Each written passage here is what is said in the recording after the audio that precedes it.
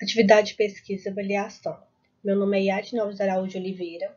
Vou apresentar o texto de Sesmaria, Apostamento de Terras no Brasil Colônia, do Nelson Nozoy, da disciplina de História de Minas Gerais, ministrada pelo professor Francisco Eduardo de Andrade. A grosso modo, Sesmaria era um lote de terras distribuído a um beneficiário em nome do rei de Portugal.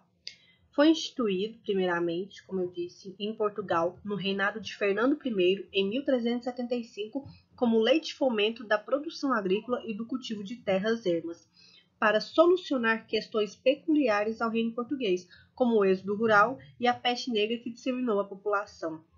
O sistema obteve tanto sucesso que esteve presente nas ordenações afoncinas, filipinas e manuelinas, nos séculos XV, XVI e XVII, respectivamente. Então, houve uma transposição deste instituto jurídico para as terras brasileiras através da Constituição das Capitanias Hereditárias em 1534.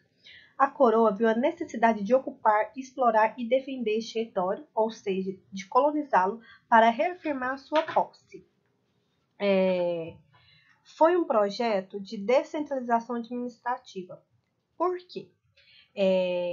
A coroa colocou particulares, denominados donatários, para administrar o território.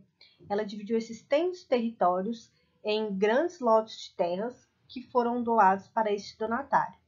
Eles eram responsáveis por povoar, por cultivar e defender essa terra. Ou seja, houve uma transferência de custos para os particulares. Ou seja, a coroa se desobrigou de qualquer custeio inicial. Então, essas capitanias, posteriormente, foram distribuídas em sesmarias a quaisquer pessoas de qualquer condição, contanto que fossem cristãos, com o intuito, não intuito, mas com a obrigação de cultivar essas terras. Em 1548 foi criado o Governo Geral com o objetivo de centralizar ainda mais a administração colonial. O regimento de Tomé de Souza, então primeiro governador-geral, autorizou o governador conceder, também de sesmaria, adicionalmente às terras das ribeiras vizinhas, aqueles com posse suficiente para a construção de engenhos de açúcar e outros estabelecimentos semelhantes, sobre a condição de neles edificarem torres ou casas fortes necessárias à defesa contra o gentio.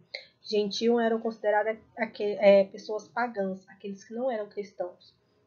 Também firmou o princípio de conceder terras de sesmarias apenas àqueles que alegavam possuir meios para explorá-la.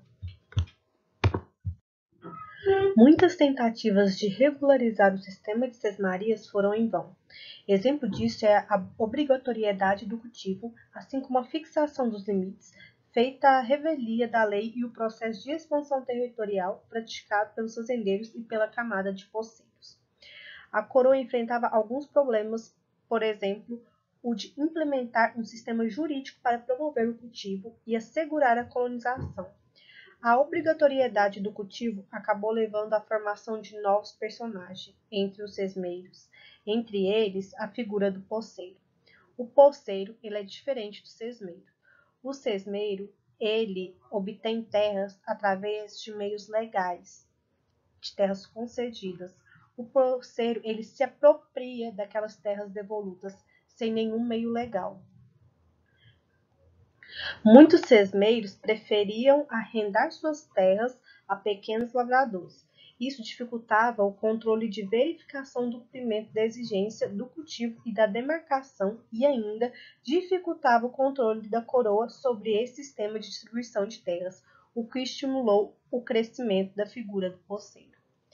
Devido a esses fatores, muitos problemas se alastraram ao longo do tempo, pois formou-se uma camada de colonos que lavravam a terra, preenchendo assim um requisito básico da colonização, o cultivo.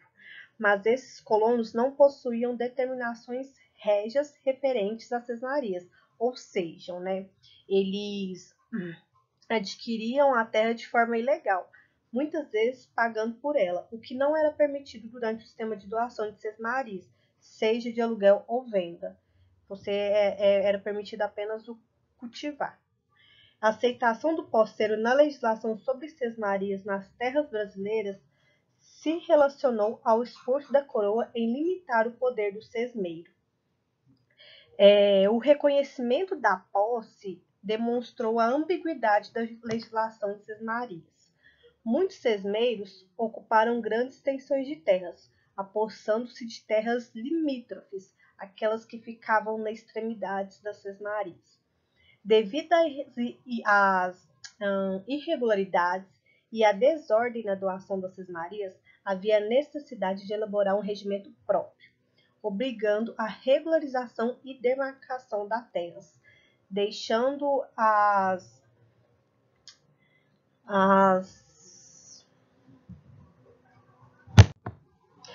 ordenações, rompendo cada vez mais com as ordenações e implementando um regime próprio. O Alvará de 1795 reconhecia o posseiro e tentava reestruturar o sistema de sesmarias na tentativa de manter para a coroa a responsabilidade na concessão das terras devolutas.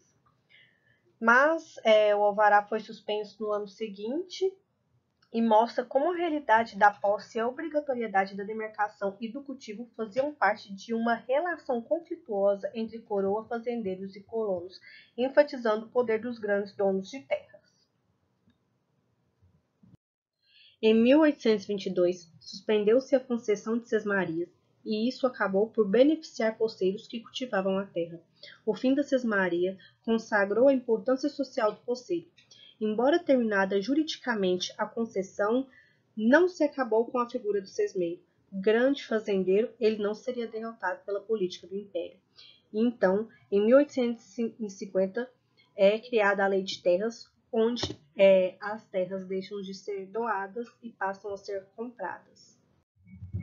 Herança da legislação fundiária. A Lei de Terras instaurou uma política agrária excludente que ainda prejudica o país. Essa legislação fundiária, tanto a Lei de Terras quanto a de Sesmarias, contribuiu significativamente para hoje termos essa concentração fundiária, né? São extensas áreas de terras concentradas nas mãos de pequenos proprietários, de pequenas quantidades de proprietários, enquanto há várias pessoas sem nem menos, né, ter aonde morar, sem ao menos ter aonde morar. Podemos ver pelos dados aqui do Globo, áreas produtivas em 2010, dados mais recentes, inclui propriedades privadas e públicas, há mais áreas improdutivas do que áreas produtivas. São 175,9 milhões de hectares improdutivos contra 143 milhões de hectares produtivos. Grandes proprietários, no próximo dado, né, mostra as grandes propriedades privadas de terra no Brasil. 238 milhões de hectares em 2010 e houve um aumento de 2,5% em 4 anos em 2014, de 244,7 milhões de hectares. Então, fica aí, né, a comprovação de que essas leis realmente contribuíram para termos hoje essa concentração fundiária.